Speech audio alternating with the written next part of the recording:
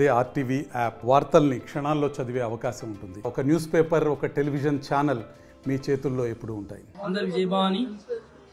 పాతూర్ ఓంకార రూపిణి దుర్గా యుస్తా కమిటీలో భాగంగా అమ్మవారి మహాలక్ష్మి రూపం ఈరోజు పాతూర్ ఓంకార రూపిణి దుర్గా యుస్తా కమిటీ ఆధ్వర్యంలో అమ్మవారిని 1,11,00,000 రూపాయలతో అలంకరించడం జరిగింది.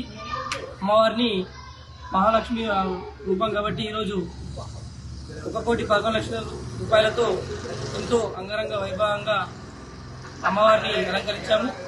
మరియు ఈ ఉత్సవానికి అలంకరించాము.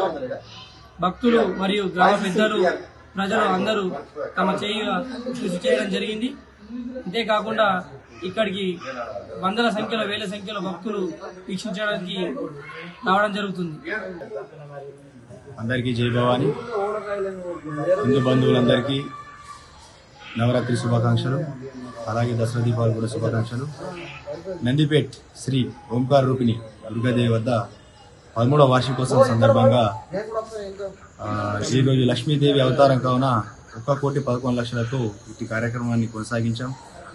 మొదటి వార్షికోత్సవంలో 1,00,000తో మొదలైన ఈ ప్రయాణం నేటికి 13వ వార్షికోత్సవంతో 1,11,00,000 వరకు చేరింది. తెలుగులో న్యూస్ కి ఫాస్టెస్ట్ యాప్ ఇప్పుడు టోటల్లీ న్యూ అవతార్లో జస్ట్ 5 సెకండ్స్ లో కంప్లీట్ న్యూస్. సోషల్ మీడియాలో ట్రెండ్స్ కి one stop solution. Live TV app voice search option తో ఇప్పుడే డౌన్లోడ్ చేయండి లేదా అప్డేట్ అయిపోండి. యాప్ లింక్ డిస్క్రిప్షన్ లో ఉంది.